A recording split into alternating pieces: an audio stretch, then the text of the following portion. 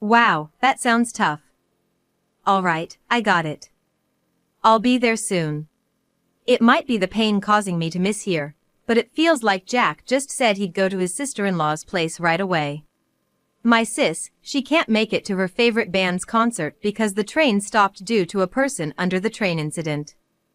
Gonna give her a lift. With that, Jack opened the door to the rear seat where I was sitting. You can make it to the hospital on your own. He quickly got me and my luggage out of the car, as I curled up in pain. You should be able to get an ambulance with your condition. Listen, call 911 right away and get help.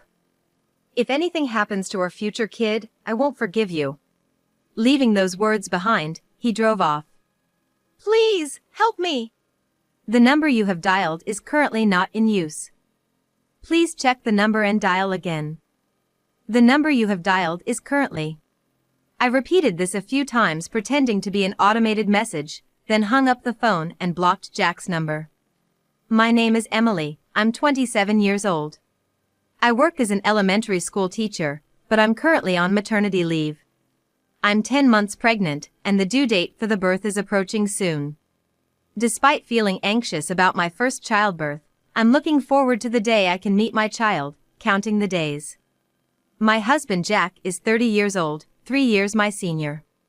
We met in a college club, became friends, and started dating after he graduated.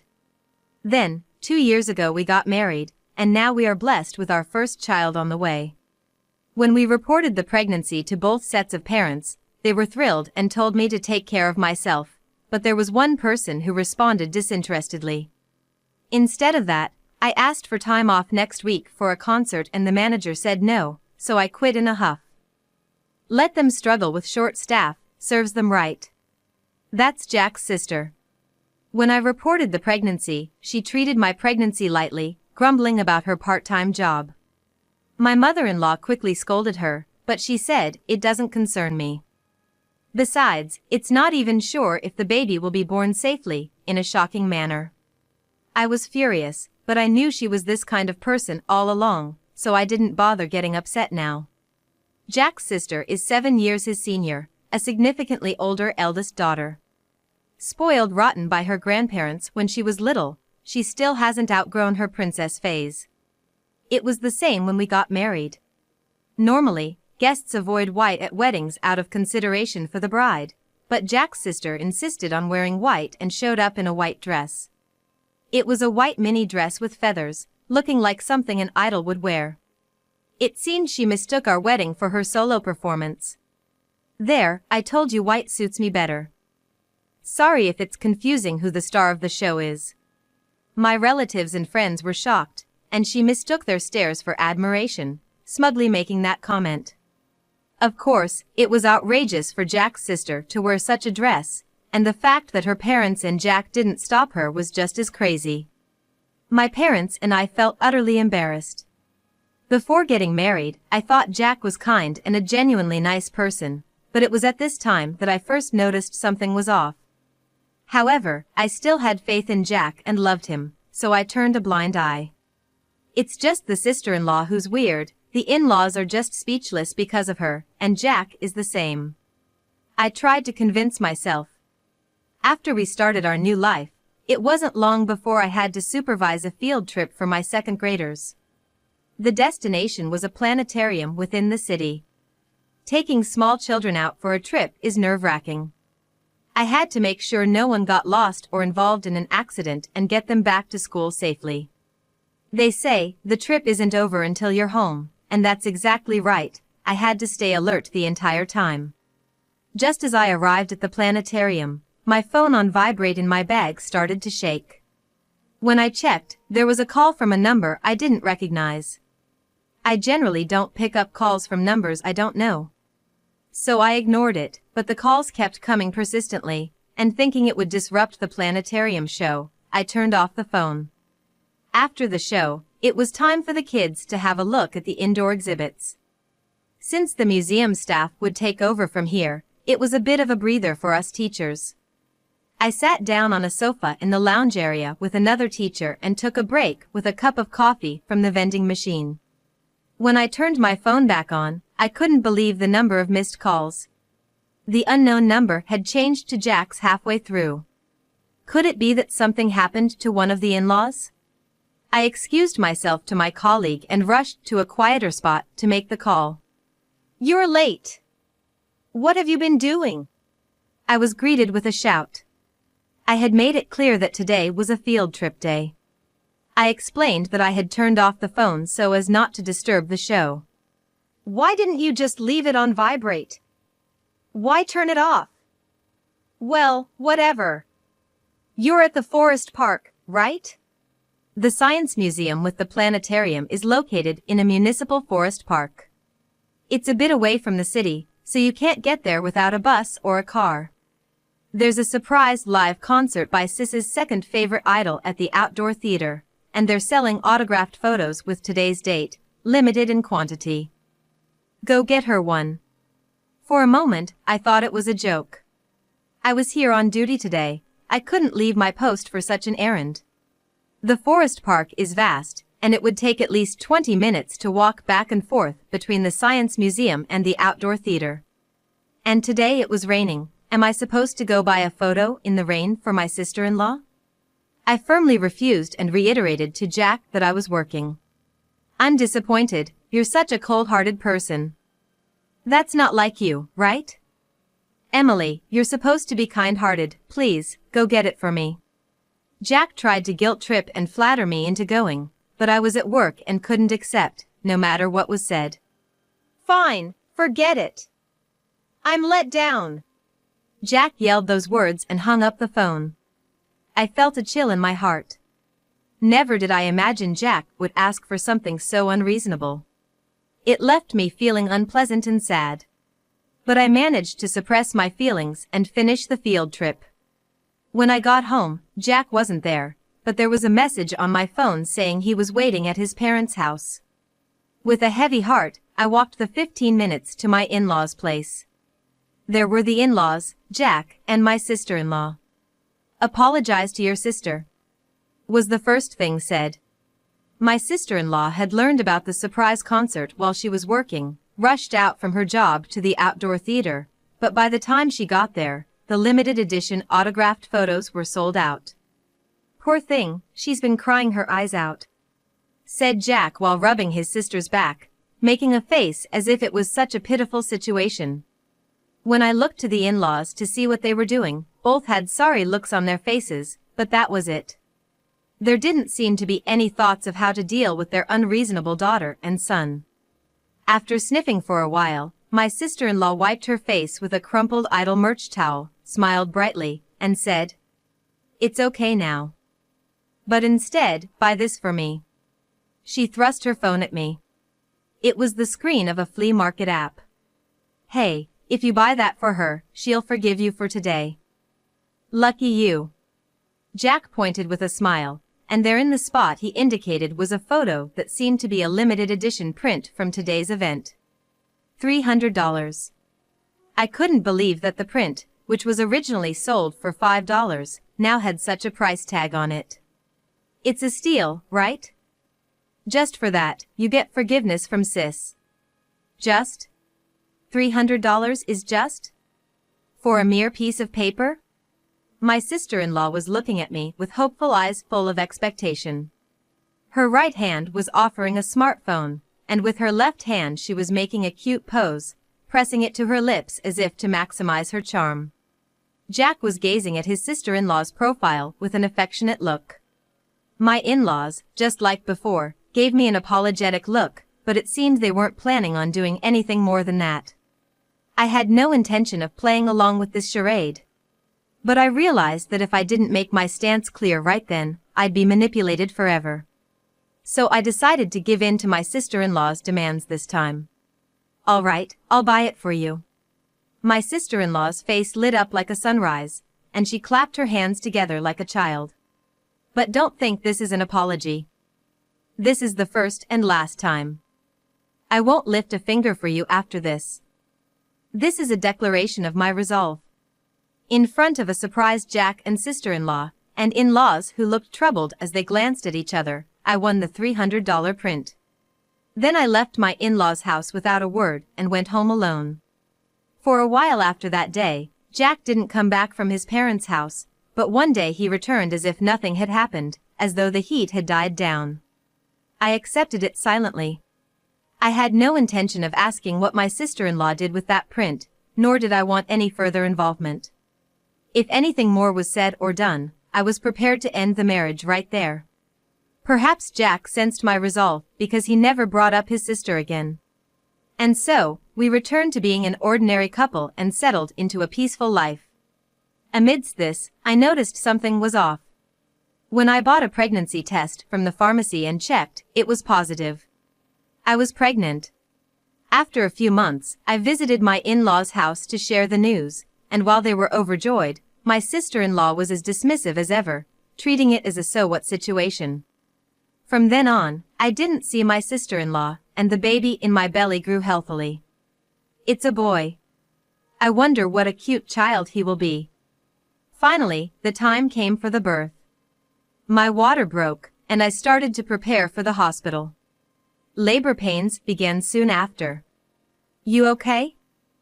I'll get you to the hospital right away, Jack said kindly as he helped me into the car. I had my fears about giving birth, but it was going to be okay. Jack was with me. I calmed my heart while gently rubbing my belly. It's okay, it's okay. We'll meet soon, I murmured. Suddenly, a familiar ringtone echoed in the car. It was Jack's phone. That ringtone meant it was a call from his sister. Hello? Hello? Jack pulled the car over and answered the phone. Why answer it now? Weren't you in a hurry to get me to the hospital? While enduring another wave of pain, that's what I thought. What? Really? That's terrible. Yeah, I got it. I'll be right there. Was it a trick of the pain, or did I just hear Jack tell his sister he'd be right there? Sis can't get to her favorite band's concert because the train stopped due to an accident. Gotta give her a lift. With those words, Jack opened the car door where I was sitting in the back seat. You can get to the hospital on your own, right? He hurriedly got me and my belongings out of the car while I was curled up in pain. If you're in this condition, you should be able to get an ambulance to come for you. Listen, call 911 right away and ask for help. I won't forgive you if anything happens to our heir. With those words, he left in the car. I was left on the street with my luggage. Is this really happening? I couldn't believe that he would do this to his wife, who was about to give birth soon. I didn't even feel angry anymore. I just started laughing out loud.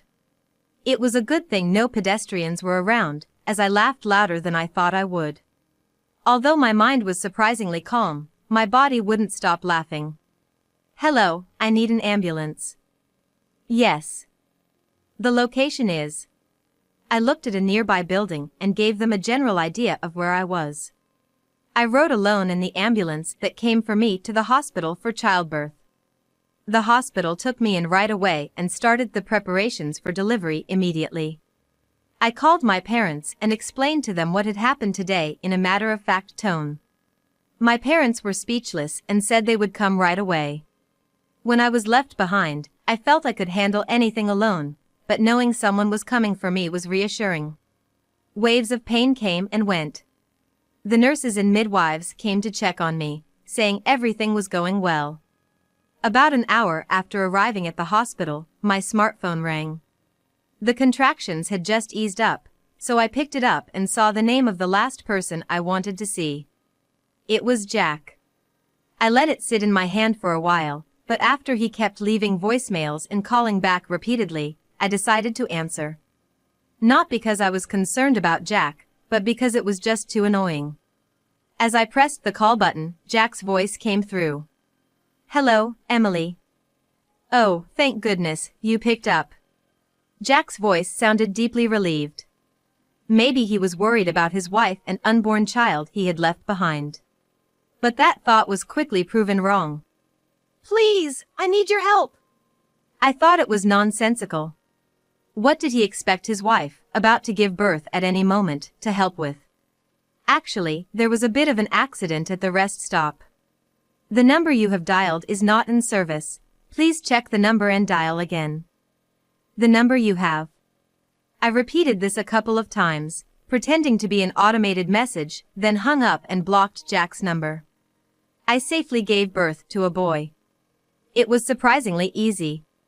Perhaps the shock of the whole ordeal had done something to my pain receptors. It went so fast that even the hospital staff were amazed, saying it's unusual for a first-time mom. Anyway, easier is always better. I felt bliss looking at my sleeping son. He was born so quickly that my parents, who had rushed from far away, couldn't make it in time for the birth. They looked apologetic, but they were more relieved that my son and I were safe, and they smiled beautifully. I was glad to see their smiling faces. I didn't inform the in-laws. If Jack wants to tell them, he can do it himself. Even if they did come, I had no intention of letting them see my son. This child is mine alone, with no ties to my husband's family. I had informed the hospital that I didn't want to see anyone from the visit. Except for my parents. Perhaps because I asked them to turn away anyone else without notifying me, I never had to encounter anyone from my husband's family during my stay. I finished a 5-day hospital stay and went straight home with my parents. When I got home, I immediately asked a lawyer to start divorce proceedings. Abandoning a pregnant woman in labor by the side of the road is grounds enough for divorce, surely. The lawyer was appalled when he heard and said it could constitute abandonment of a person in need of protection or malicious abandonment resulting in injury. He said that leaving a pregnant woman in labor, who couldn't fend for herself, on the side of the road was an act of a brute, and I agree. By the way, I had a call from Jack that day asking for help, but I had shut down all contact related to my family, so I had no idea what had happened. I asked the lawyer, as an afterthought, to find out what had gone down and let me know. And the story I heard from the lawyer was just terrible. After abandoning me, Jack went to pick up his sister, and apparently stopped at a rest area on the freeway. It would have been about a 90-minute trip to the concert venue, combining train and bus rides. His sister, planning to buy merchandise and take photos, had left the house with plenty of time to spare and wanted to have a meal on the way. All at Jack's expense, of course. They ate the rest area's signature dish, and just when they were about to get back into the car to head to the venue, his sister flung the car door open and hit the car next to them. A real door ding. She must have hit it pretty hard because the other car's door was badly damaged.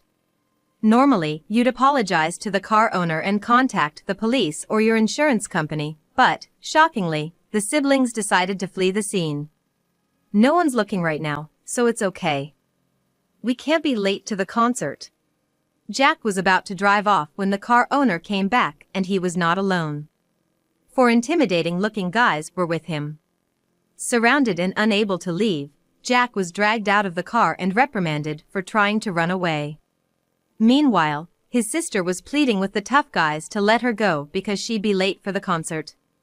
She may get away with unreasonable demands in the family, but there's no way a victim would accommodate such a request, especially after what she did. She desperately tried to charm them, but let's face it, only her own family would call her cute. Needless to say, she got no sympathy from the tough guys. Realizing that her pleas were falling on deaf ears and that she might miss the merch sales before the concert, she started to cry out loudly. Menacing figures berating him for trying to escape, a weeping sister-in-law dressed in flamboyant outfits for a live show. Service area employees and customers gathered around, creating quite a commotion. Perplexed, Jack ended up calling me for help. With what intention, I wonder? What kind of nerve does he have? Could it be that he forgot that I was on my way to the hospital because my water had broken and I was about to give birth? Or did he think that I would pause my labor to rush to my husband's crisis? Perhaps, the help he was seeking was for someone to send his sister off to the live show. Whatever his reasoning, it was an impossible situation for me. Even if I wasn't about to give birth, I wouldn't want to rush over to help with such a mess. They should clean up their own mess. It turned out that Jack had been embezzling the money. I gave him from our budget for car insurance. And where did that money go? His sister's allowance. She's 37 and still working odd jobs because she's chasing after idols. She claims she could find a stable job whenever she wanted, but she wouldn't be able to take time off for concerts. And with her habit of quitting jobs on a whim, she's become unemployable.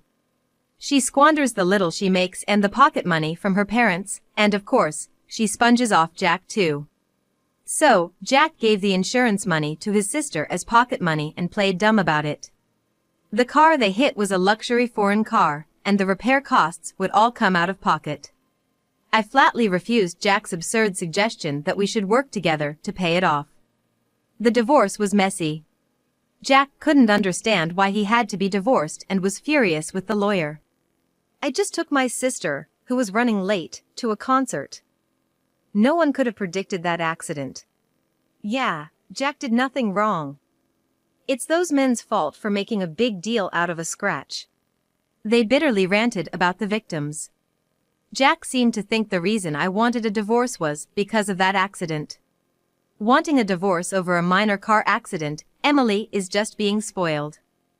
Tell her to stop messing around and come back home already, was what was said. That's right, over something like that. Next, I was the subject of a litany of badmouthing. It seemed that Jack and my sister-in-law were bad-mouthing me together, and my in-laws just sat there silently with troubled looks on their faces. I could almost picture it happening right before my eyes. When the lawyer said that wasn't it, the main reason was because she was abandoned halfway through her pregnancy, Jack seemed genuinely surprised. What?